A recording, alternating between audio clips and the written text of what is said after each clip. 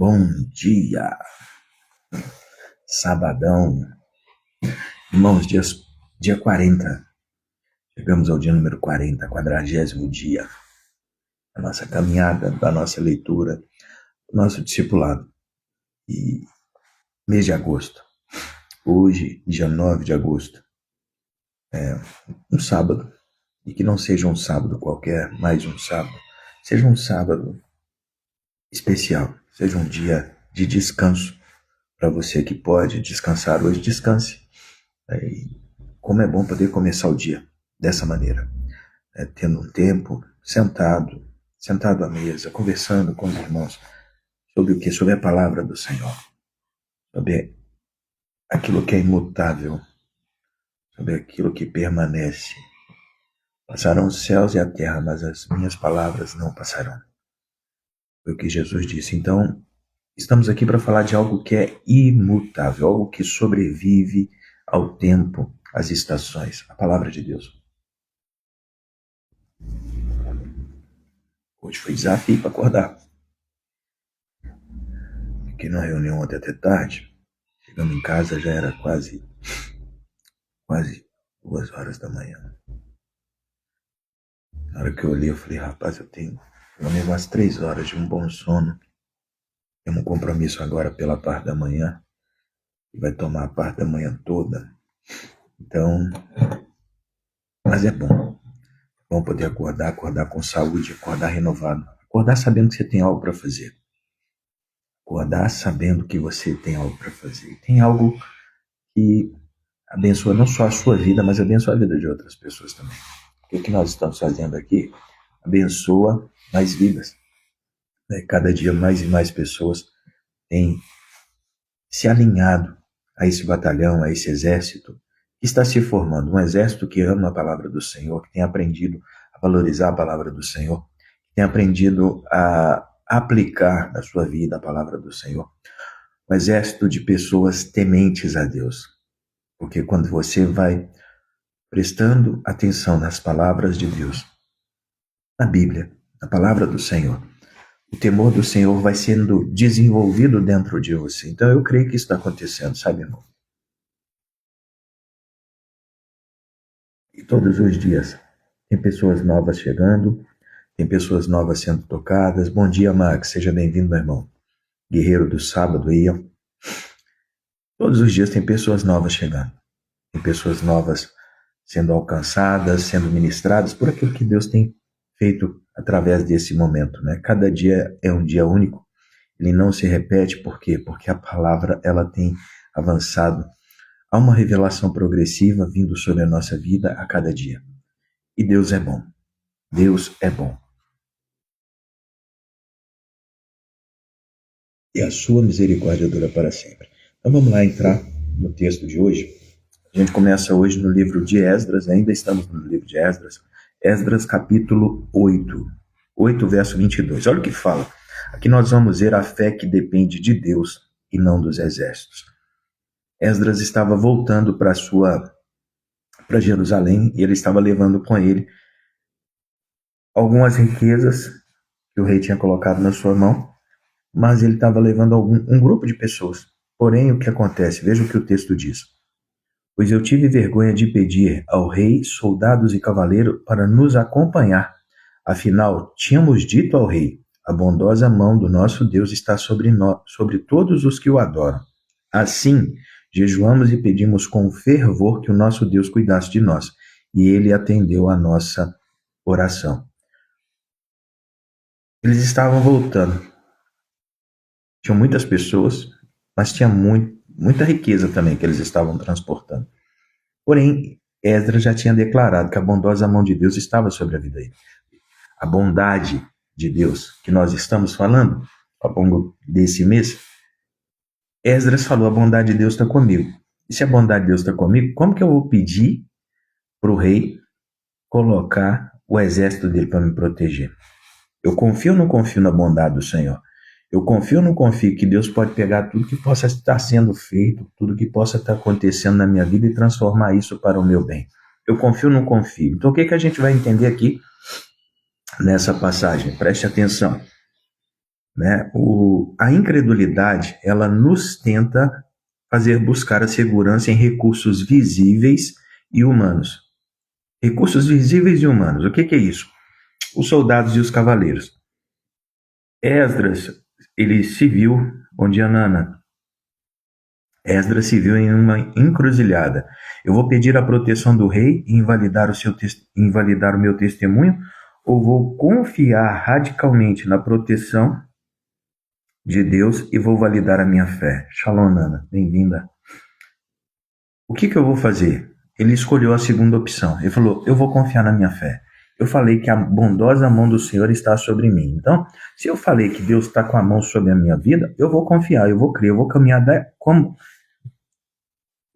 de acordo com a minha declaração. É isso que ele está falando. A fé, ela ousa viver de uma maneira que só faz sentido se Deus for real. Se eu creio, né? Se eu creio, eu vou andar naquilo que eu creio. Agora, se eu declaro algo, mas eu não tenho capacidade para pisar naquilo que eu estou falando, isso não é fé, irmão. Fé não é falar. Fé é agir, né? A fé age. A fé, ela movimenta. A fé, ela não é um estado de estagnação ou paralisia. Então ele declarou, a bondosa mão do Senhor está sobre mim. Só que eu estou voltando aqui para casa e no caminho eu tenho alguns perigos. Então, eu acho que eu preciso de um exército. Ele sabia que ele precisava de proteção. Só que o quê? Ele falou, eu não posso pedir a proteção do homem se eu falei que a mão de Deus está comigo. Então, eu vou confiar que a mão de Deus está comigo. Ele caminhou assim. Então, veja, a fé nos leva a abrir mão da segurança do mundo para nos apegarmos à segurança de Deus. Eu solto aquilo que é visível para pegar aquilo que é invisível. Porque a fé é a prova das coisas que não se veem, mas você tem convicção de que elas existem. Quando você tem convicção que a bondosa mão do Senhor é com você, que a bondade do Senhor está sobre a sua vida, o que vai acontecer? Você não tem receio de abrir mão daquilo que é visível para segurar no invisível. Amém? O que nós vamos entender aqui? Veja, uma pergunta para você. Na sua vida, você está buscando proteção dos exércitos desse mundo? Quais são os exércitos desse mundo? O dinheiro, contatos, seguros.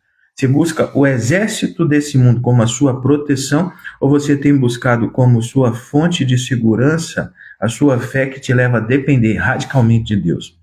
Uma fé radical que depende de Deus.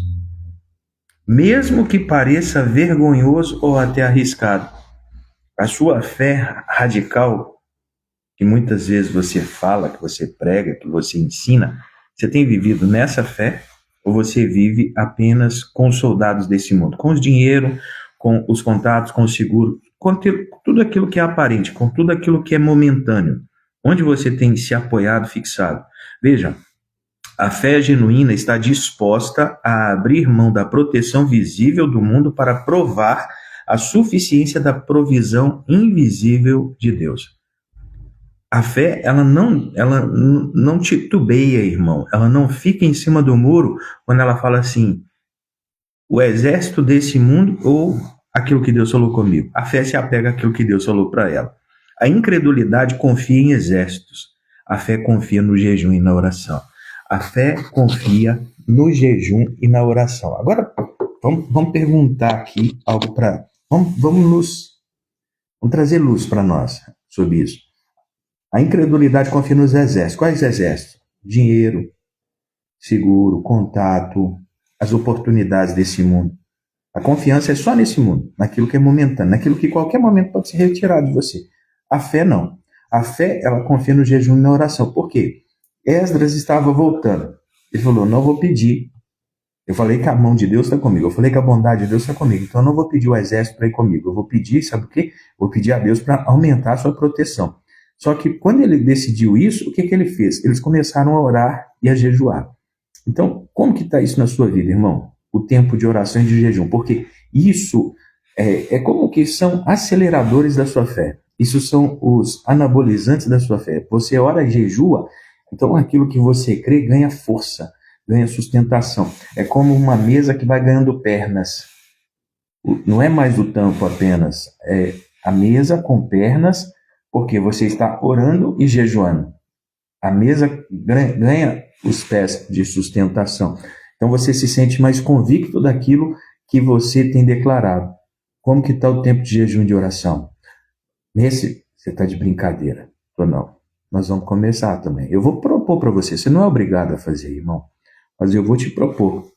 A partir da próxima semana, da próxima segunda-feira, nós tirarmos, sim, tempos para jejuar aqui, né? Porque, irmão, isso são aceleradores daquilo que Deus quer fazer na nossa vida, o jejum e a oração. Vamos orar mais, vamos jejuar mais. E se você estiver lá no grupo, a gente vai fazer isso junto.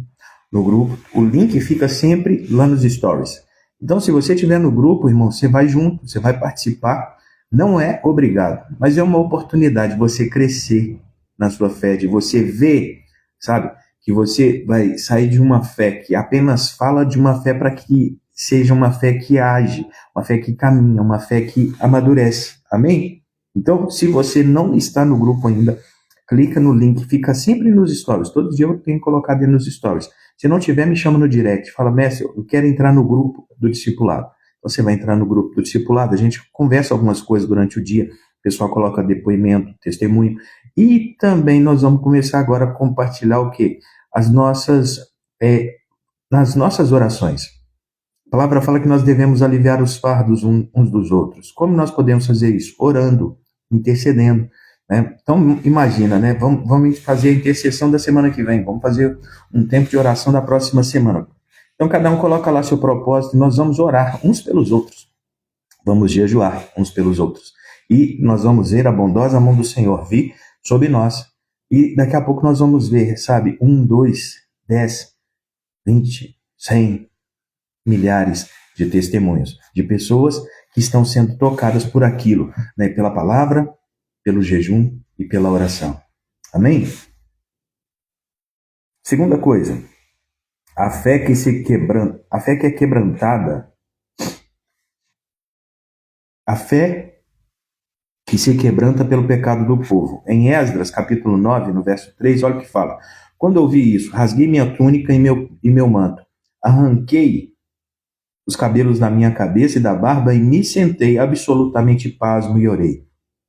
Ó, meu Deus, estou profundamente humilhado e tenho vergonha de levantar o meu rosto para ti, pois nossos pecados se elevam acima de nossa cabeça. O que está acontecendo aqui? Veja, Esdras descobre que o povo de Deus se misturou com o povo que estava ali em volta. E o que acontece? Os homens casaram com mulheres de outras nações e tiveram filhos. E isso, né, dentro daquilo que a palavra estabelecia, não era permitido. Então houve uma contaminação ali. Só que o que acontece? Quando Esdras fica sabendo disso, ele não ficou acusando, ele não virou acusador, mas a palavra fala aqui que ele rasgou a túnica, o seu manto, arrancou os cabelos da sua cabeça e da sua barba e se sentou, absolutamente pasmo. E ele começou a orar. Ele fala assim, ó Deus, estou profundamente humilhado e tenho vergonha. Ele tomou a humilhação para si, a vergonha para si. Ele não ficou apontando o dedo. O que nós vamos entender? A incredulidade, ela gera uma indiferença ou julgamento diante do pecado da comunidade. Uma pessoa que está num ambiente desse, irmão, se ela é incrédula quando isso acontece, ela vira acusador. Ela vira o próprio Satanás para acusar as pessoas. Agora não. Veja, a fé, no entanto, ela se identifica com a dor de Deus. O que Esdras fez aqui? Ele sentiu aquilo que estava no coração do pai. O pai estava triste com aquilo que tinha acontecido.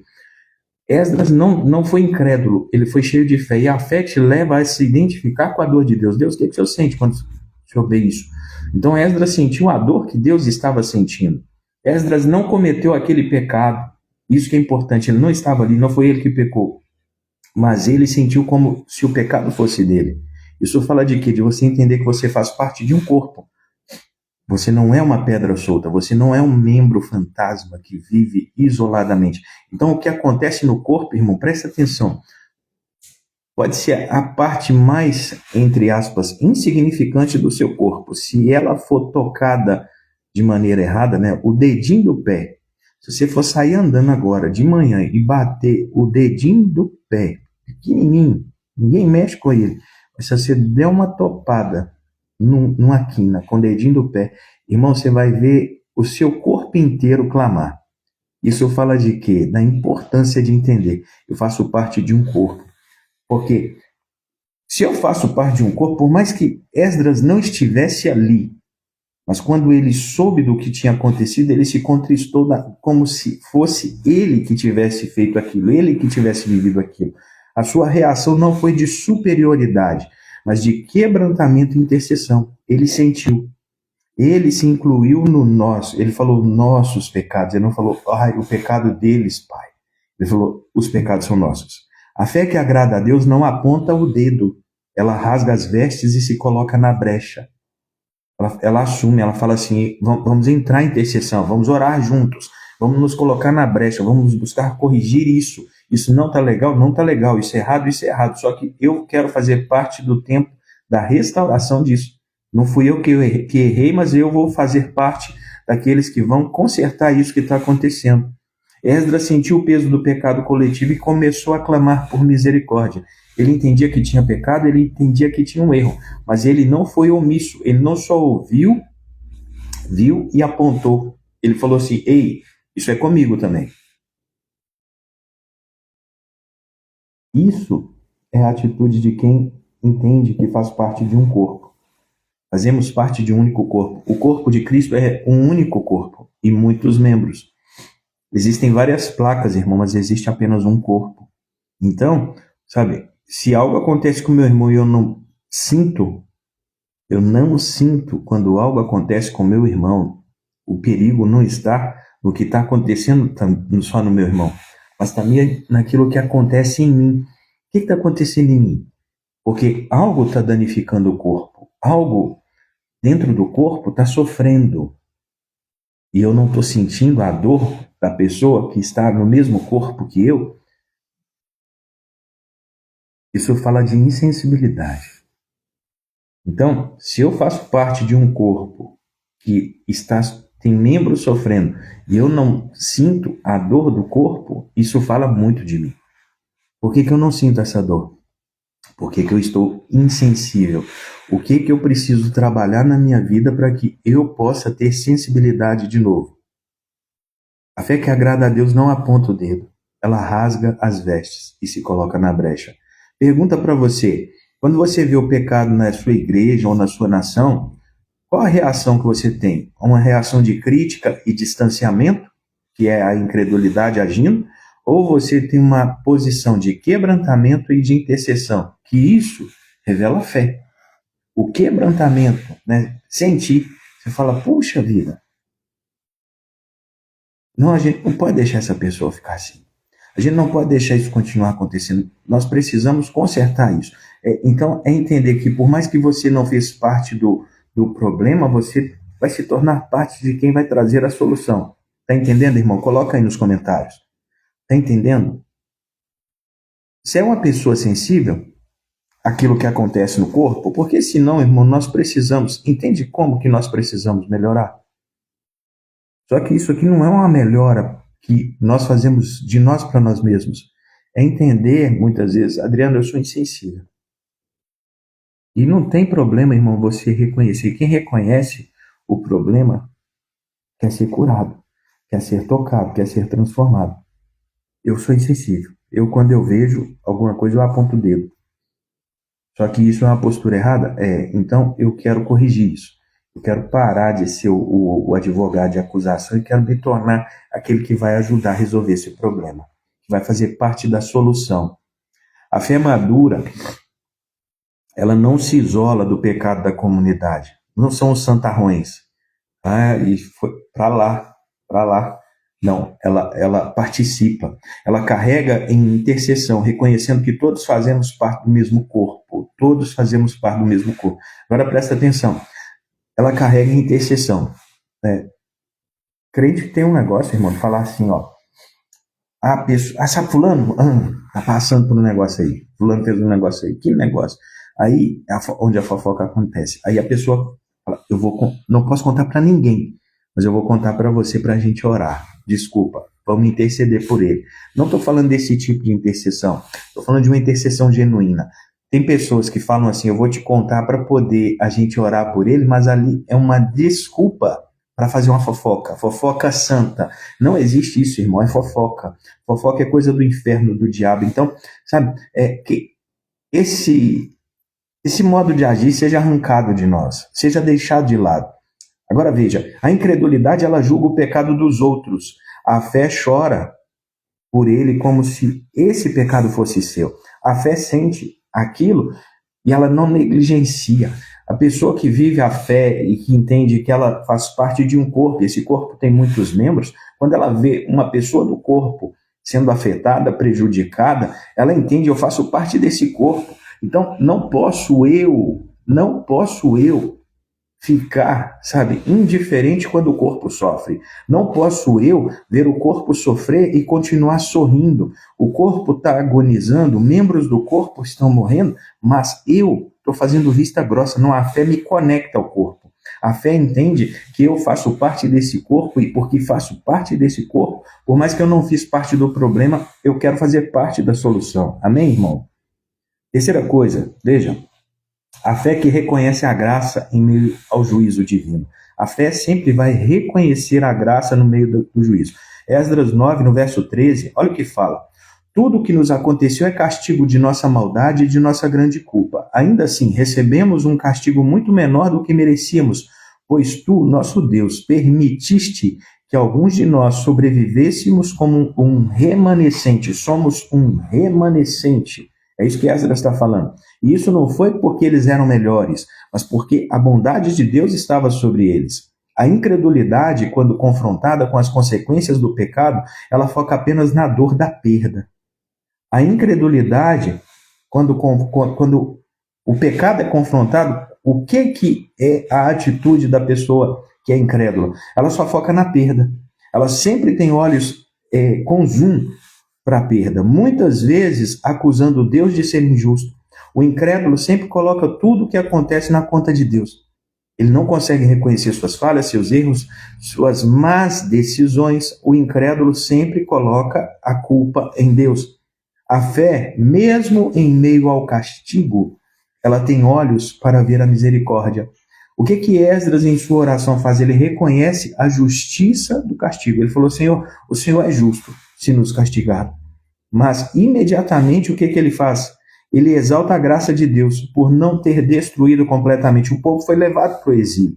As pessoas que voltaram, elas já voltaram, só que elas foram se perdendo na volta. É como tipo, irmão, você está saindo de um momento ruim e não aprendeu nada com aquilo.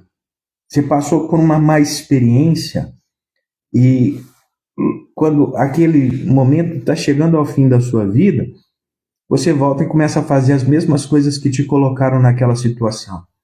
Então, não houve aprendizado. Não houve aprendizado. Qual que deve ser a nossa busca diária, irmão? Eu preciso aprender. Eu preciso aprender. Aprender o quê? Porque se você não aprende, você vai repetir. O que te colocou na má situação? O que te colocou para viver aquele momento que é desfavorável? De repente você está vivendo isso. Você está vivendo um momento ruim na sua vida, um momento difícil. Só que você não consegue compreender, ter a sua visão aberta para poder olhar e entender. Falar, irmão, por que eu estou vivendo isso? E Deus remova escamas dos nossos olhos nesses dias, para poder ver e compreender aquilo que nós estamos vivendo, que é fruto das nossas escolhas e decisões erradas. Para quê? Para que possamos aprender com isso. Porque senão você está saindo daquilo, cometendo, e já sai cometendo o mesmo erro novamente. É como o cara que é preso porque ele roubou e quando ele sai da cadeia, a primeira coisa que ele faz é voltar a roubar. Aprendeu alguma coisa? Não aprendeu. É como o marido que trai a sua esposa e entristece o coração dela, o casamento, sabe, vai aos últimos fios e Deus restaura. E quando Deus restaura aquele casamento, aquela pessoa, né, o marido traidor, ao invés dele ter aprendido, valorizado aquilo e falar, não vou fazer isso mais, quando mal reconcilia, Deu o casamento ser restaurado, ele já sai do casamento. Primeira oportunidade que ele tem, ele sai e trai novamente. Aprendeu o quê? O que essa pessoa aprendeu? Nada. Quem não aprende, irmão, vai repetir. Quem não aprende, repete. A fé, mesmo em meio ao castigo, tem olhos para ver a misericórdia do Senhor. É isso que Esdras começou a ver. Falou, irmão, a culpa não é de Deus, a culpa é nossa. Quem está errando é a gente. Deus é justo, Deus é sempre justo. Né? E Esdras, em sua oração, ele reconhece a justiça do castigo. Estamos sendo castigados, mas isso aqui é uma colheita da nossa própria decisão. Hoje coloco diante de você 2 caminhos, vida ou morte. É você que decide por onde caminha. Se caminhar pela morte, irmão, pode ficar tranquilo, a colheita que vai ter é de morte. Mas se caminhar pelo caminho da vida, o que vai acontecer também é certo. Vai ser receber vida. Agora vejam, imediatamente Esdras exalta a graça de Deus. Ele reconhece e exalta a graça de Deus. A palavra hebraica para remanescente é peletá, que significa o quê? Um escape. Significa libertação. A fé celebra o escape que a graça proveu. Irmão, se você estiver passando um momento onde você precisa desse aprendizado, né, eu oro nessa manhã e declaro que venha o tempo de escape do Senhor sobre a sua vida. O escape do Senhor. Que Deus abra portas diante de você para que você possa escapar dessa situação. Mas escape com aprendizado. Escape com consciência. Não escape, sabe, de uma maneira para querer voltar a fazer o mesmo erro novamente. Em vez de lamentar o desastre que o pecado cometeu, que o pecado causou. A fé celebra o escape, celebra a graça de Deus. A fé olha para a graça de Deus e fala, Pai, obrigada porque o Senhor me deu uma oportunidade. Eu poderia colher coisas diferentes aqui, mas o Senhor está trazendo a mão sobre mim e me abençoando para que eu possa viver um novo tempo. Então reconheça a graça.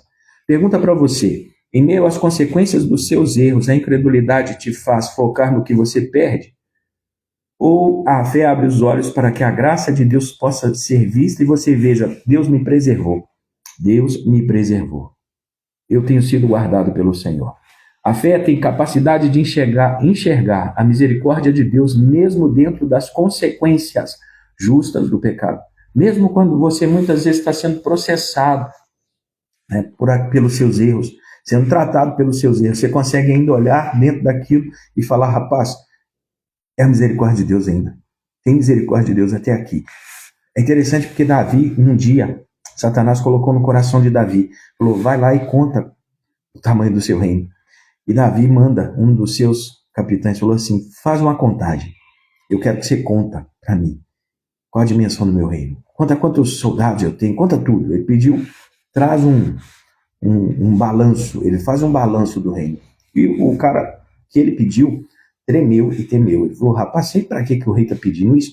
Ele tinha que obedecer. Ele saiu, ficou muitos meses fora, e ele fez o balanço. E ele trouxe para Davi, mas não foi um balanço completo. Ele deixou acho que duas tribos ali sem contar. E ele trouxe o balanço para Davi. Quando Davi recebe aquele balanço, os números, ele começa a olhar para aquilo, veio um juízo de Deus para Davi. Ele falou, Davi, por que você está fazendo isso? Eu não te mandei fazer isso. Para que você está contando as coisas que estão no seu reino, que fui eu que te dei? Para que você precisa dessa contagem, Davi? Para que você precisa desse balanço? Aí naquele momento, Deus falou assim, Davi, eu vou te corrigir por isso. Eu vou te corrigir. Você atraiu juízo sobre a sua vida. Falou, eu te dou a chance, Davi, de escolher o castigo que você vai receber. E Deus fala das 3 situações para Davi. Uma delas era que ele fosse perseguido pelos inimigos lá durante um período, se eu não me engano, 60, 90 dias. Outra é que ele caísse nas mãos de Deus, e tinha uma terceira opção que eu não me lembro. Davi olhou para as opções e falou assim, eu fico com a opção do meio. Qual era a opção do meio? Ser tratado por Deus. E ele falou assim, eu prefiro ser tratado pelo Senhor porque o Senhor tem misericórdia. O homem não tem misericórdia. Se eu falar que eu quero a opção 1, que é ser tratado pelo homem durante um período de tempo, você está doido, o homem não tem misericórdia. Mas na opção B, por mais que eu saiba que o Senhor é justo, né, eu quero o Senhor, eu quero o tratamento do Senhor e não do homem. Aí Deus começa a trazer destruição, sabe, irmão? Morreram um grande número de pessoas por aquela atitude de Davi. E no meio da destruição, sabe, Davi viu o anjo do Senhor, o anjo da morte estava passando, com a espada na mão. Davi vê ele. Quando Davi vê o anjo, ele teme, ele clama. Naquela hora, Deus trouxe misericórdia. A mão do Senhor foi parada, o anjo foi parado na sua missão. O anjo não pôde prosseguir trazendo o juízo. Então, o remanescente, ele sempre vai ter olhos para isso, para o escape do Senhor, para a misericórdia do Senhor. Por mais que ele saiba que ele tem errado, ele vai olhar e vai falar, há misericórdia em Deus. E ele clama por isso, ele busca, ele não fica confortável no lugar do erro. Né? Que Deus possa iluminar nossos corações, irmão. Se existe alguma área da nossa vida que nós estamos errando, estamos confortáveis no erro, que nessa manhã o Espírito Santo traga, sabe, luz sobre nós. Eu declaro que haja luz, revelação, para que nós possamos entender áreas da nossa vida onde estamos errando, maquiando, fingindo que está tudo bem, não está tudo bem. E que nós possamos nos arrepender. Que o Espírito Santo nos convença do pecado, da justiça e do juízo, para que haja arrependimento. E arrependimento, irmão, é mudança de rota, mudança de comportamento, é mudança na forma de pensar a respeito daquilo. É isso que nós precisamos. Agora veja, a fé tem a capacidade de enxergar a misericórdia de Deus. Davi conseguiu enxergar a misericórdia de Deus. Esdras enxergou a misericórdia de Deus e falou, por mais que o povo ainda está fazendo as coisas de forma errada, eu vejo aqui a misericórdia de Deus que está nos guardando e nos preservando. E quando Esdras chega ali, ele chegou para trazer uma revolução na maneira como as pessoas estavam vivendo, que estava em desacordo com aquilo que Deus tinha chamado eles para ser, viver como seu povo. Irmão, quando você entende que você é povo de Deus, você não vai viver da mesma forma, você vai entender que você não pode fazer o que os outros estão fazendo, porque o que Deus espera de nós é algo completamente diferente do que as demais pessoas possam estar fazendo, independente do número de pessoas que sejam, independente do grau de pessoas que sejam. Amém? A fé tem capacidade de enxergar a misericórdia de Deus mesmo dentro das consequências justas do pecado. E essa percepção gera gratidão no nosso coração. A incredulidade, veja, ela conta as perdas.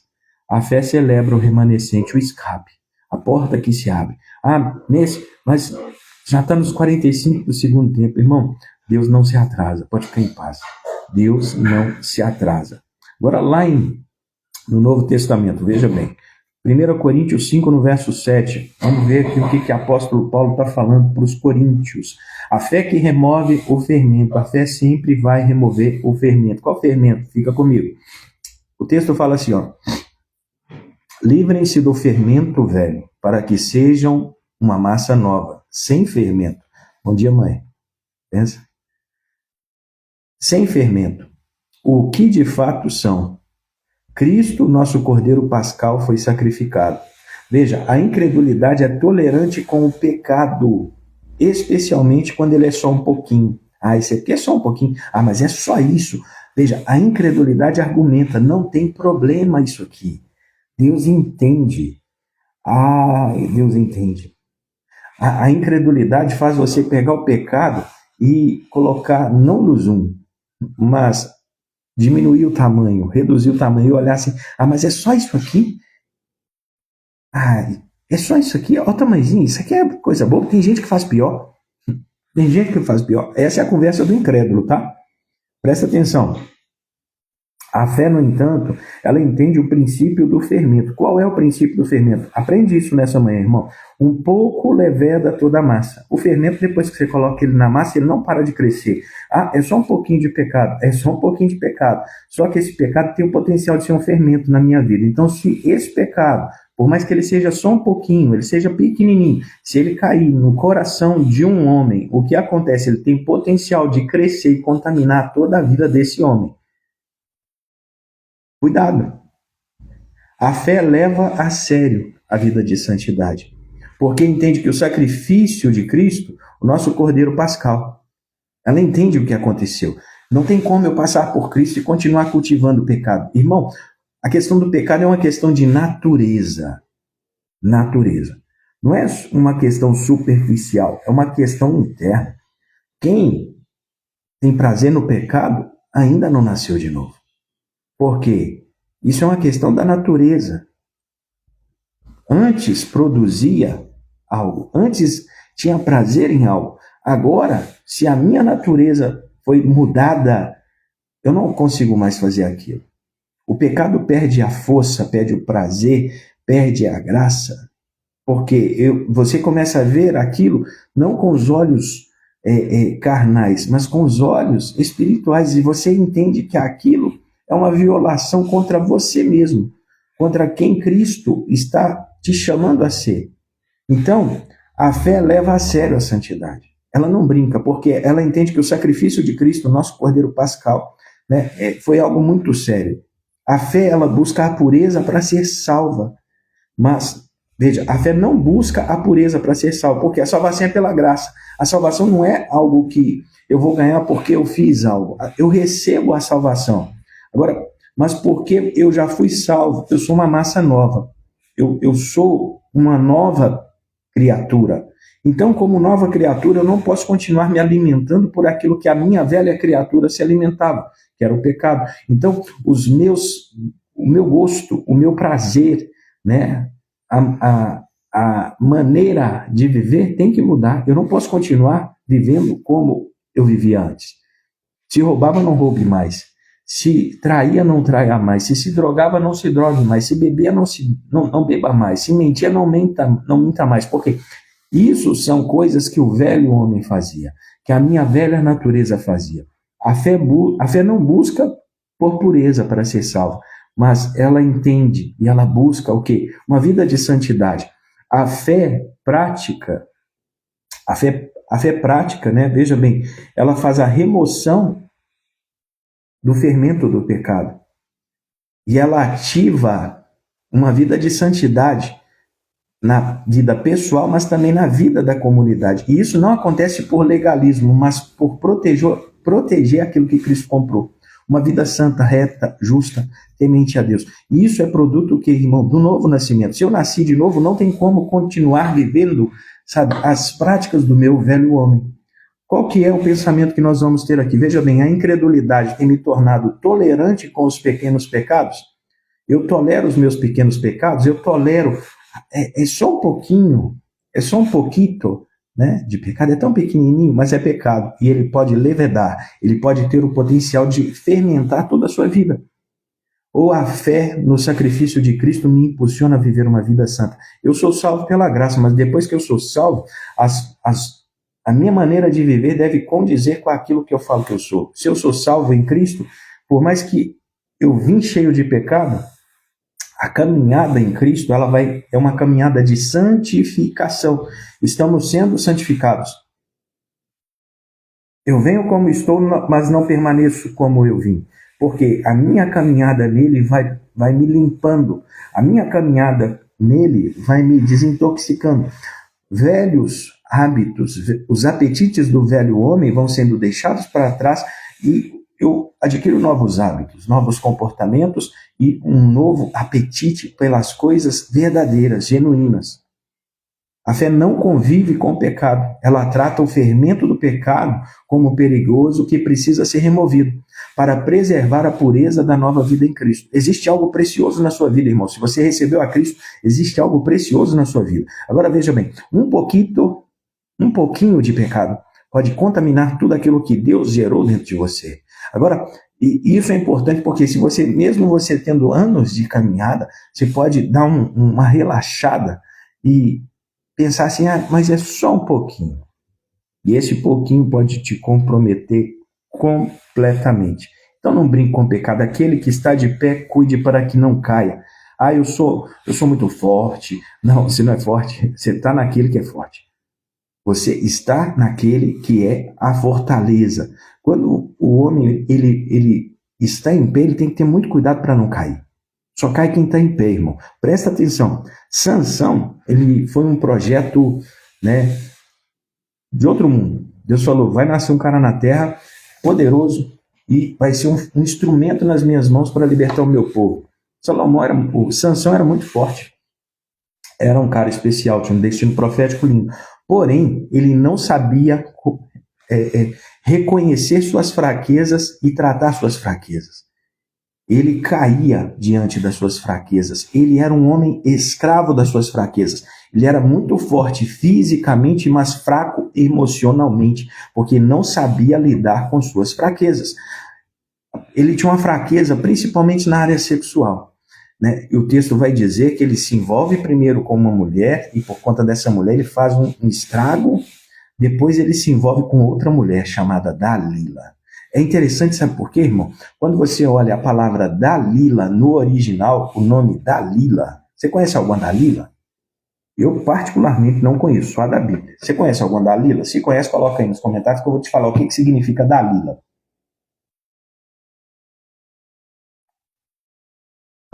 Conhece alguma Dalila? O nome Dalila no original, irmão, significa fraco. Ou seja, fraqueza. Sansão, que era um projeto Megazord de Deus aqui na Terra, quando ele fica apaixonado com Dalila, era como se ele estivesse apaixonado pela sua fraqueza. O que aconteceu com Sansão? Você sabe o que aconteceu. Era só um pouquinho. Mas é só uma paixãozinha, vai passar, vai. Um pouquinho de fermento leveda toda a massa. O cara tinha um destino profético incrível, brincou com a sua fraqueza e deixou o pecado entrar. O pecado entrou, irmão. O pecado foi crescendo dentro dele. Cresceu tanto, ao ponto dele se desconectar da fonte da sua força. Pergunta para você, qual é a fonte da sua força? Onde que você se conecta para se renovar, para se carregar? Você anda cansado porque você não sabe onde você se renova. Onde você é renovado? O que você tem que fazer para ser renovado? Se você é filho de Deus, né, você vai se renovar no Senhor. Se Deus é a sua força, Ele é a fonte da sua força. É isso que você está declarando, entende? Então, se você não vai na fonte da sua força, se você não passa tempo com seu Pai, com seu Deus, se você não senta para estar com Ele, você vai ser um crente, né, galinha de Angola. Tô fraco, e nunca vai sair dessa fraqueza. Por quê? Porque desconhece a fonte da sua força. Aí, o pouquito, é só um pouquinho, é uma coisa tão boba. Tem gente que faz pior. Ei, incrédulo, para de dar desculpa para viver uma vida de pecado.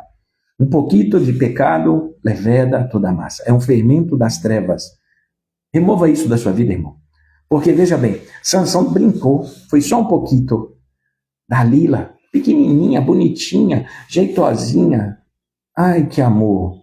Como que pode uma coisa bonita dessa me fazer dano? Era a fraqueza dele. Ele estava apaixonado pela sua fraqueza. Sabe o que aconteceu, irmão? Um pouquinho de fermento que entrou, contaminou o coração dele. Sabe como que ele termina a vida? Cego e trabalhando para aquilo que ele tinha que destruir. Ele terminou a vida cego fisicamente, mas também cego espiritualmente.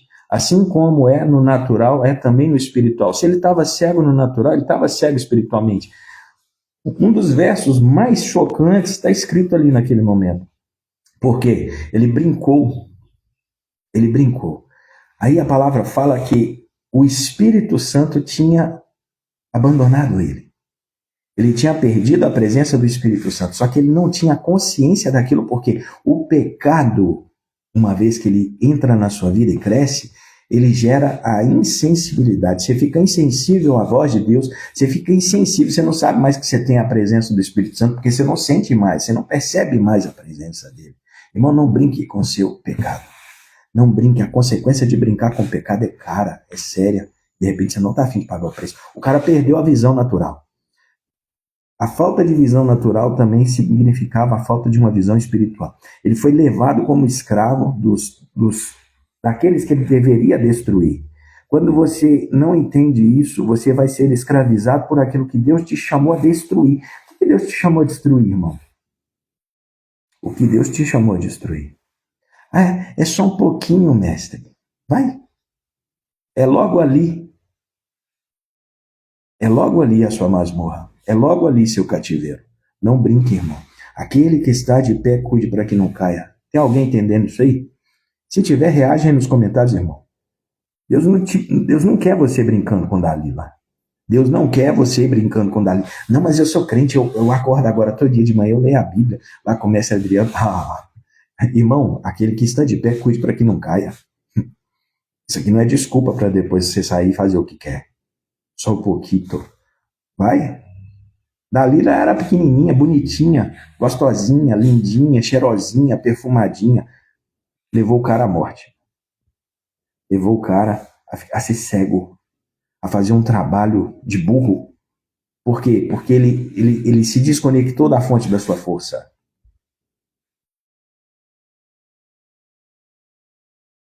A fé não convive com o pecado, trata como um fermento perigoso que precisa ser removido para preservar a pureza na vida de cada pessoa. A vida de Cristo, não contamine, irmão, a vida de Cristo em você. Faça a vida de Cristo crescer.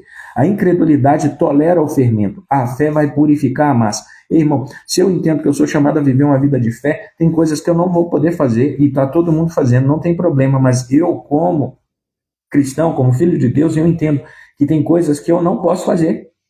E está tudo bem, eu só preciso entender por quê? Porque a minha posição, a minha natureza, aquilo que foi me dado é muito mais importante do que essas coisas de momento.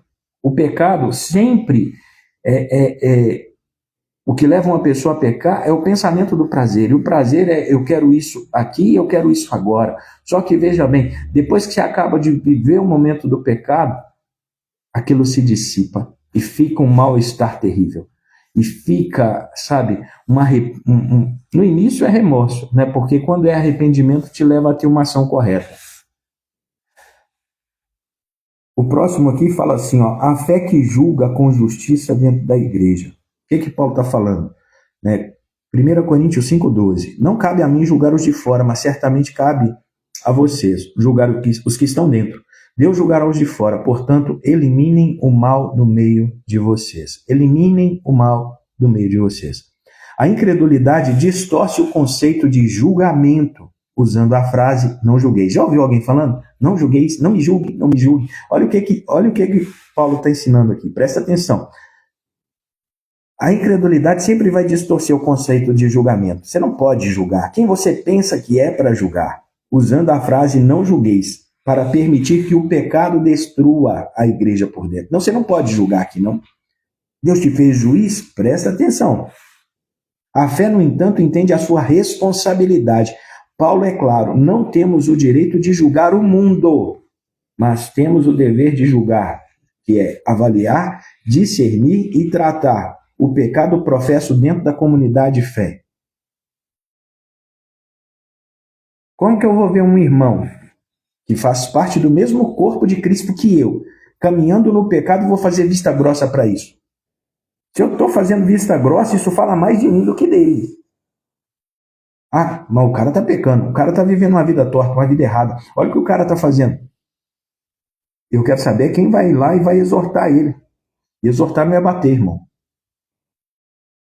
Quem é que vai lá e vai confrontar ele? Falar assim, irmão, deixa eu te falar, por que você está se alimentando disso? Isso não faz jus àquilo que Deus tem para a sua vida.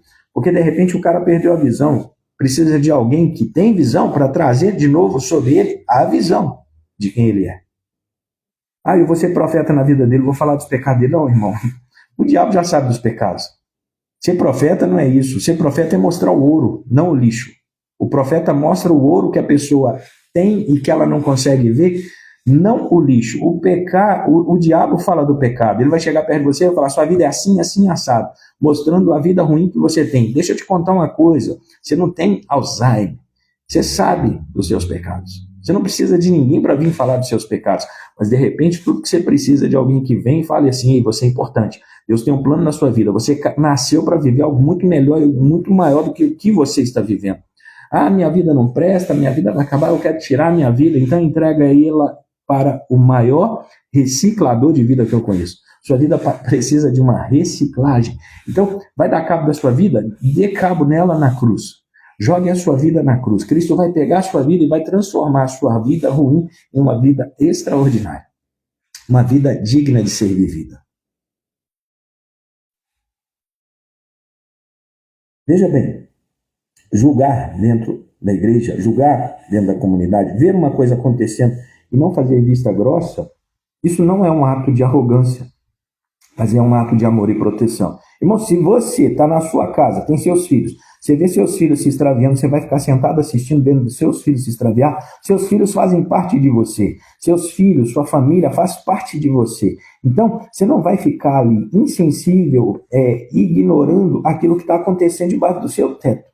Então, o que é a direção de Paulo? Ei, vocês precisam olhar para a igreja da mesma forma. Por quê? Vocês fazem parte de uma única família, de um único corpo. Então, você vê o irmão se extraviando e você vai fazer vista grossa para isso? A fé tem coragem de praticar a disciplina bíblica. Isso é bíblico. Pergunta: a incredulidade, sob a forma de um falso amor ou medo de conflito, tem te impedido de tratar o pecado na esfera da sua responsabilidade? Ou a fé me dá margem, me dá coragem para buscar a restauração e a pureza da igreja? Eu vou ver as coisas acontecendo errado, mas eu vou sair fora. Eu vou fugir. Ou eu vou... Não, peraí, vamos consertar isso. Eu vou ter a atitude de Esdras lá atrás. Não era com ele. Não era ele que tinha feito, mas ele sentiu. Ele dobrou os joelhos, ele rasgou as suas vestes, ele rasgou seus cabelos, sua barba, e ele orou, ele falou: Pai, nós pecamos. Ele trouxe para si o pecado que não era seu, ele se identificou e ele orou.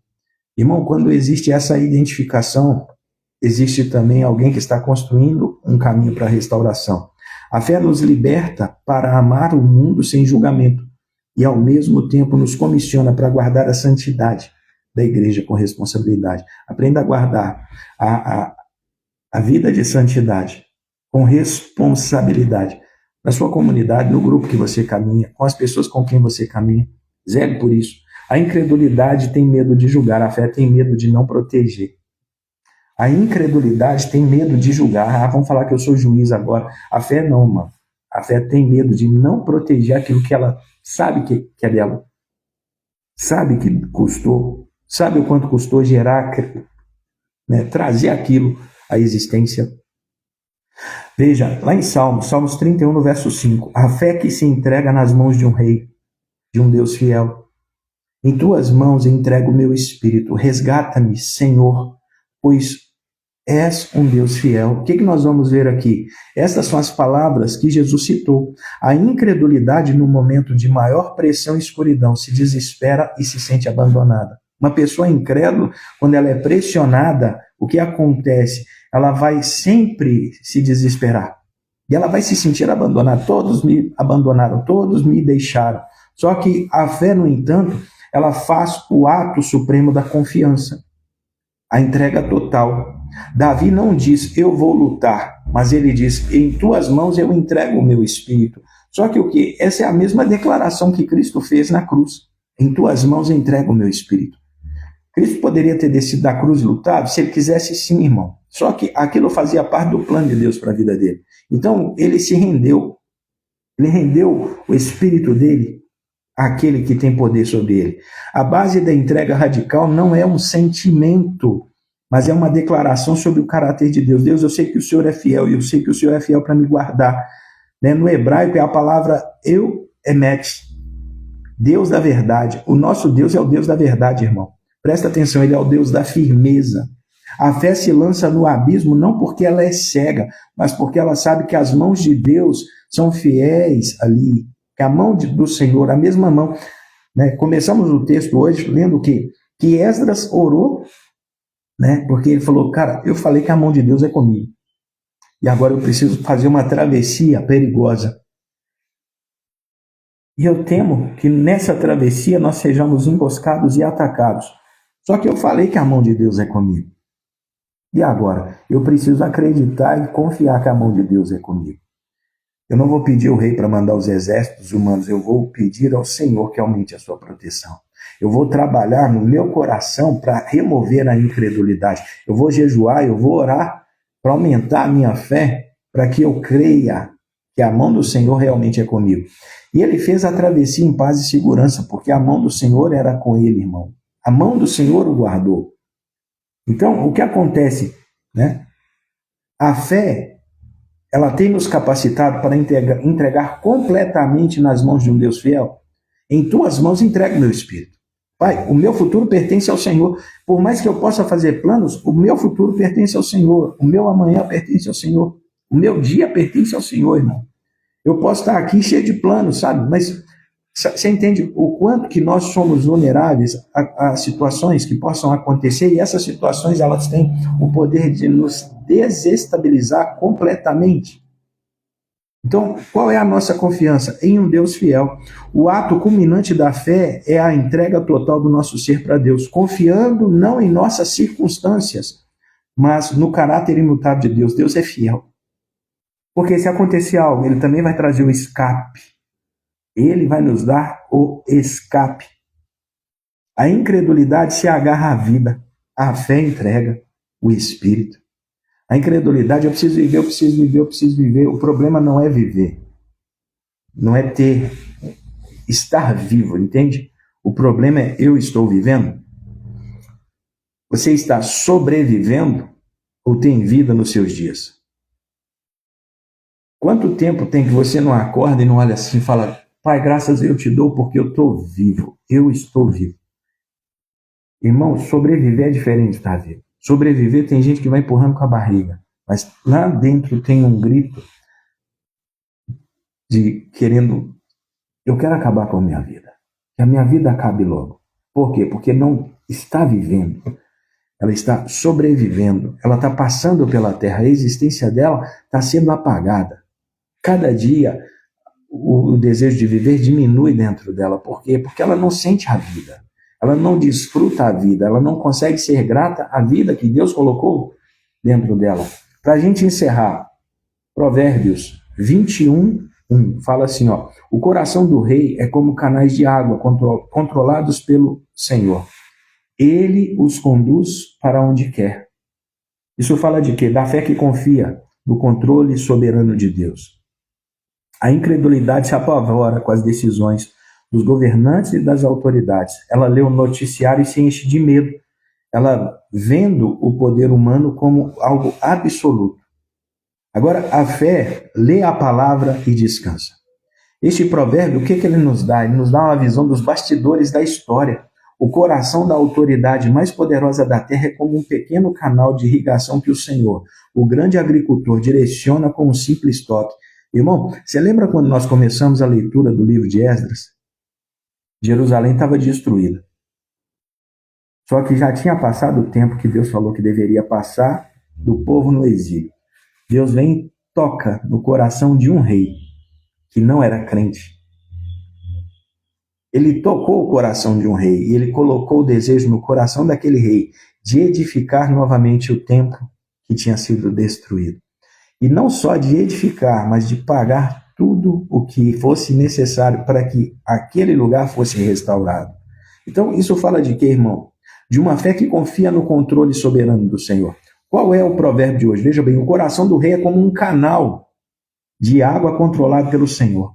Irmão, Deus controla os canais, Deus controla os corações. Cada coração é um canal. Temos aqui 4 canais, 5 com o meu. Nosso coração é um canal. Quando Deus quer, Ele toca nesses corações e esses corações liberam aquilo que Ele quer que seja liberado. Deus tocou no coração de Ciro, falou, Ciro, eu quero que você faça algo para mim. E ele nem conhecia a Deus. Isso é lindo, porque Deus usa quem Ele quer, irmão. Deus usa quem Ele quer. O coração do rei é como um canal de água controlado pelo Senhor. Irmão, a pessoa que mais prejudica o Brasil hoje, dentro da sua concepção, é quem? Você consegue entender o poder disso aqui? E quando Deus quiser, Ele pode tocar no coração dessa pessoa e fazer com que o coração dessa pessoa, sabe, flua de maneira diferente. Em vez de amaldiçoar nossa nação, aquele coração comece a abençoar a nossa nação. Já viu uma criança jogando videogame? Ela está com o controle na mão. Eu posso tirar o controle da mão do videogame quando meus meninos estão jogando aqui e falo, chega, não vai jogar mais. E eu tiro o controle. Deus nunca perde o controle. Deus nunca perde o controle. A fé lê a palavra e descansa. Esse provérbio nos dá a visão dos bastidores da história. O coração da autoridade mais poderosa da terra é como um pequeno canal de irrigação que o Senhor, o grande agricultor, direciona com um simples toque. Deus pode pegar o coração mais perverso hoje, tocar nele e falar: você vai servir ao meu propósito. Você vai fazer o que eu quero. A fé não ignora o poder humano, mas se submete à soberania de Deus. Deus é soberano, irmão. Deus é soberano. Até Satanás trabalha para Deus. Você não acha que a pessoa que mais dá problema hoje no Brasil, não pode se tornar um canal e um instrumento de Deus? Pode. A palavra fala, Romanos 8:28, que todas as coisas cooperam para o nosso bem. Deus é capaz de fazer ver o mal vindo contra nós e pegar o mal e falar: isso trabalha a favor do meu filho e da minha filha a partir de agora. Então, a pessoa mais nefasta da face da terra, quando Deus quiser, irmão, o coração dessa pessoa vai se tornar um instrumento para abençoar. Paulo era o perseguidor da igreja. Ele estava perseguindo os cristãos. Jesus falou assim: Paulo, por que tu me persegues? Ele só ouviu a voz. Jesus tocou no coração dele. Mudou a frequência. Aquele que perseguia se tornou o maior propagador. Aquele que tentava silenciar se tornou uma das maiores vozes. Ele liberou tanto daquilo que Deus colocou no coração dele. O coração dele começou a irrigar aquilo que ele queria destruir. Ele se tornou o maior construtor daquilo que ele queria destruir. Você consegue entender isso, irmão, a grandeza disso? Isso é muito precioso. O coração do rei é como canais de água controlado pelo Senhor. Deus controla os corações, irmão. Ele não largou o controle. Ele tem o controle. Ele está no controle. O que nós vamos ver aqui? A fé nos liberta do medo das autoridades humanas e nos faz lembrar que elas são apenas instrumentos nas mãos de um Deus soberano que as dirige para seu propósito. Por isso o texto de Romanos 13 fala que toda autoridade foi instituída por Deus.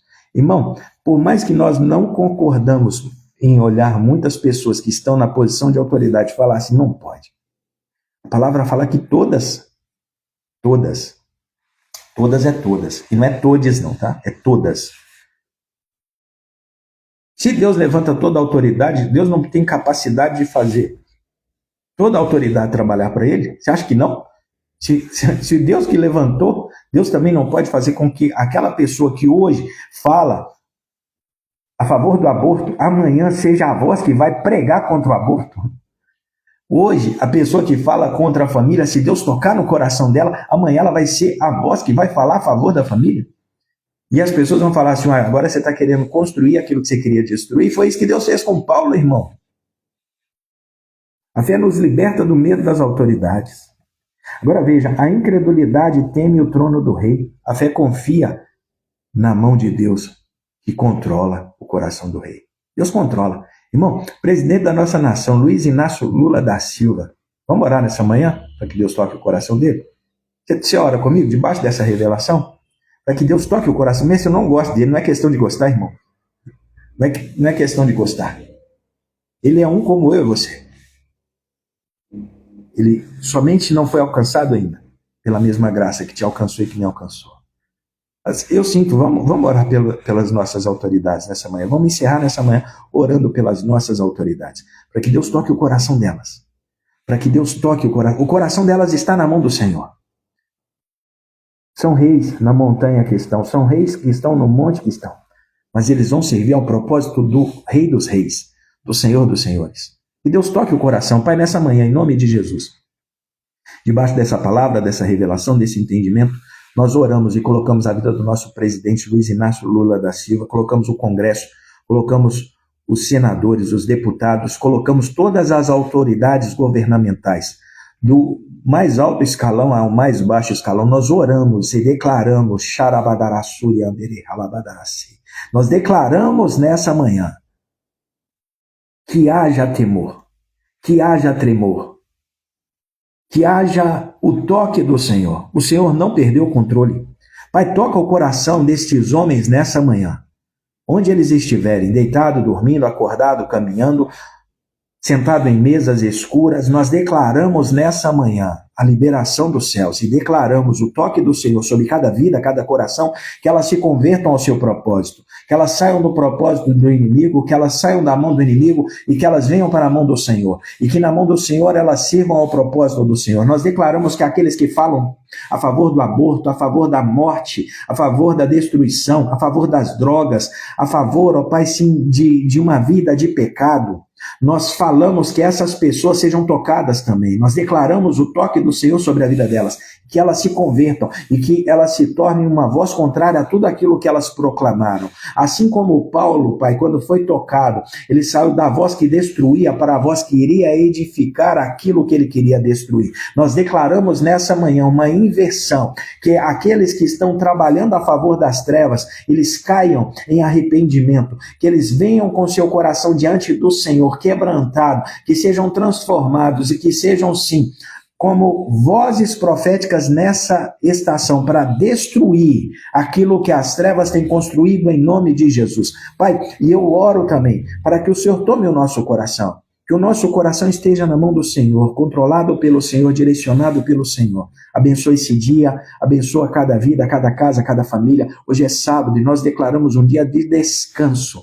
Que venha o descanso do Senhor, que possamos ter um dia de reflexão, um dia de olhar para aquilo que o Senhor está fazendo, aquilo que o Senhor está construindo em nós e através de nós, e possamos ser gratos. Pai, eu declaro um dia da bondade do Senhor, que a bondade do Senhor nos alcance, esteja sobre a nossa vida, a nossa casa, a nossa família, o nosso trabalho, que possamos ver e agradecer aquilo que o Senhor está fazendo em nós, em nome de Jesus. Obrigada, Pai. Obrigada por esse dia, obrigada por essa manhã. Irmão, a live abençoa a sua vida, compartilha, tem um link lá nos stories, entra no grupo, a gente continua compartilhando ao longo do dia lá no grupo. E você que está aqui, que já está no grupo, o crente travadinho, vai lá, deixa seu testemunho, deixa lá o que Deus falou com você nessa manhã. Irmão, que semana abençoada, eu tenho certeza que Deus está falando com você, só que você fica retendo. Põe para fora. Deus está colocando para dentro, coloca para fora, compartilha. O seu testemunho edifica vidas. Amém? Deus abençoe você. Amanhã, domingo, 6h30 da manhã, dia dos pais, hein? Toma aqui, tá bom? Deus abençoe você. Excelente dia. Shalom, shalom.